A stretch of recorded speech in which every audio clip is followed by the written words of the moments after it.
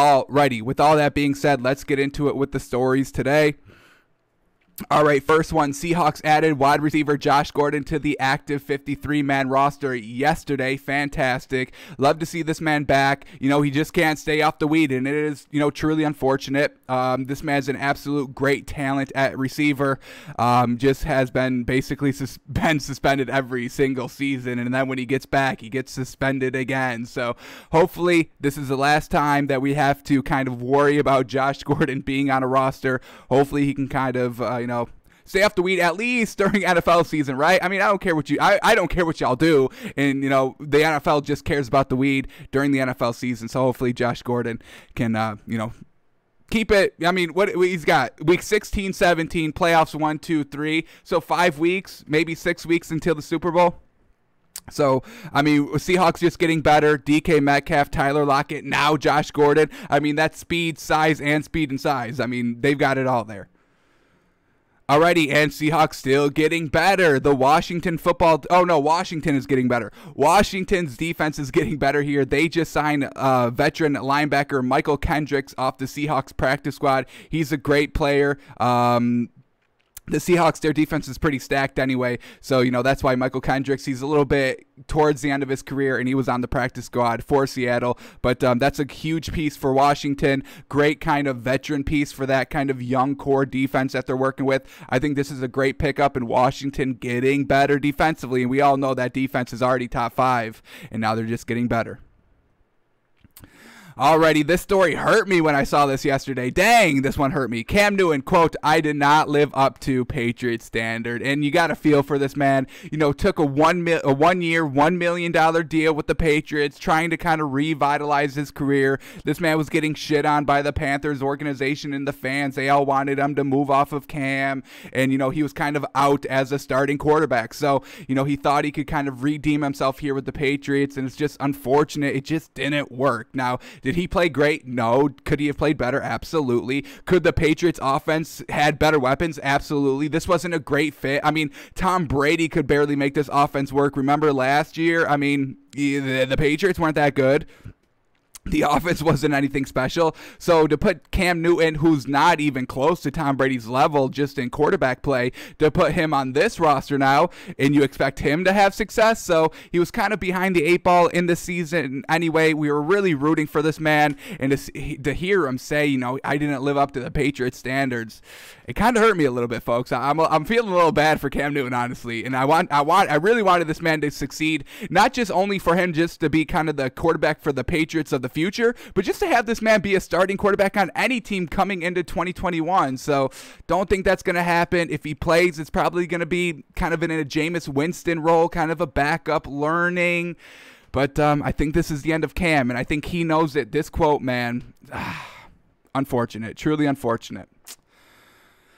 Alrighty, let's move on. Can't talk about Cam Newton anymore. I'll start crying on the show. All right, Cowboys owner Jerry Jones says Ezekiel Elliott and Tony Pollard are different backs. He says Pollard, quote, gives you burst, but Zeke and Pollard are quite the tandem.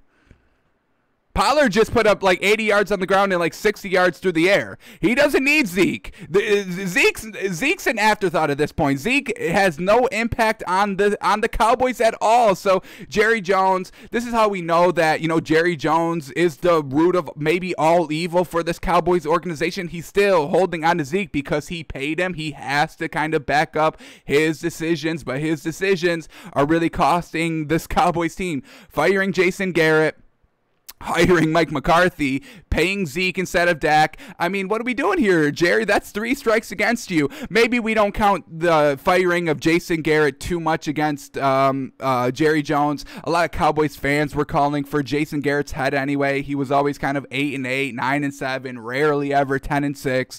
So I understand that part, but hiring Mike McCarthy and paying Zeke before you pay Dak, I can't get behind those moves at all. So Jerry Jones still kind of doubling down on this fantasy that Zeke is kind of this end-all be-all of running backs. He's not even top 10, folks. He's not even top 10, and it's truly unfortunate. So I think we know the answer of why this Cowboys team is just so bad. It's Jerry Jones, and I think this quote right here proves it. Tony Pollard just put up the best running game that the Cowboys have had this season because Zeke did not play, because you were not trying to force Zeke out there. You put Tony Pollard out there. He had instant success. I don't think that's a coincidence, folks.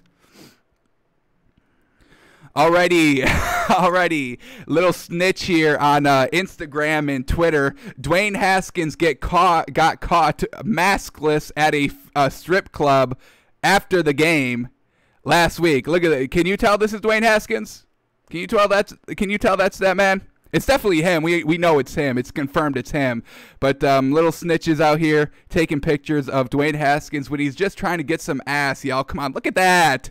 Look at that. Y'all telling me you wouldn't go maskless for this? Come on. Come on, folks. So Dwayne Haskins, unfortunate, got caught out there at the strip club, maskless. And then this is his official statement that just came out a couple of minutes ago, I believe. Here it goes on Twitter. Dwayne Haskins, quote, "I want to publicly apologize for my actions this past Sunday for getting ass." You want to you want to apologize for getting ass? Okay. I spoke with Coach Rivera yesterday and took full accountability for putting the team at risk. It was irresponsible and immature of me, and I accept responsibility for my actions. I mean, Dwayne Haskins wasn't going to be the starter anyway, most likely for Washington. Alex Smith is still trying to practice this week and get back to that starting rotation. So Dwayne Haskins isn't going to be the starting quarterback for Washington. He didn't play very well. 2 interceptions, can't do that. And, you know, they benched him anyway. So I don't really mind Dwayne Haskins. Well, I kind of do. I mean, when you're in this kind of mentality, you're still battling for that kind of division seed. You're in the playoffs right now. So, yeah, I guess that is kind of a bad look for Dwayne Haskins. You know, this is a team game, and just because you're not starting, you can't have a COVID outbreak because you guys are kind of hanging on by a string and just kind of your talent, your roster, the talent on your roster already is very limited. You don't have a lot of good pieces. So, I mean, if one main person goes out, I mean, God forbid Terry McLaurin got caught with COVID because Dwayne Haskins going to the strip club, this Washington team is instantly done. Instantly. I don't care how good their defense is. They need Terry McLaurin on the offensive side of the ball. So, unfortunate here with Dwayne Haskins. He probably knew he wasn't going to be the starting quarterback, so he probably was a little bit laxed in his judgment. So we're not knocking Dwayne Haskins for going to a strip club, whatever, maskless, whatever, the whole thing. It's just unfortunate. Kind of the timing is probably the most unfortunate out of this situation. But you know, we'll see what happens. They're kind of handling this internally in Washington. I don't know if the NFL, the actual league's going to get involved. They probably will because they're kind of taking COVID very, very, very seriously, and you have to. I understand it. So we'll see what's going to happen with Dwayne Haskins. He wasn't going to probably start anyway, so benching him for punishment. I mean, he was going to be benched anyway. So unfortunate there. Alrighty, and then from last night, the dig from the Cincinnati Bengals Twitter. You've got to love it. Here it is. On the turnover of Juju Smith-Schuster, the Cincinnati Bengals tweet that the defensive back knocks it out from Pittsburgh TikTok star. What a dig. What an absolute dig, and that's 100% deserved. I don't want to hear it, folks. Juju Smith-Schuster dancing on the logo for TikToks. Look, I don't care what you do, but this is, I mean, it fuels the defense and the offense gets nothing out of it. Like, Juju Smith-Schuster doesn't get anything out of dancing on the logo. He posted it on TikTok, and we saw them film the TikTok live. I was trying to bring up the video. I couldn't find it. But if you were watching the game yesterday, like the entire broadcast early, I don't know if it was during the first drive or before the game started, they showed Juju Smith-Schuster filming the TikTok, and you could tell there was no emotion on that man's face. He wasn't excited about it. It seemed like an obligation, like he's being forced to do it, which I do think that's kind of it. He's being forced to do it. I think he's getting paid a lot of money to do this, not by the NFL, by his TikTok company. I'm sure he has representatives over there. We're talking about famous people, folks.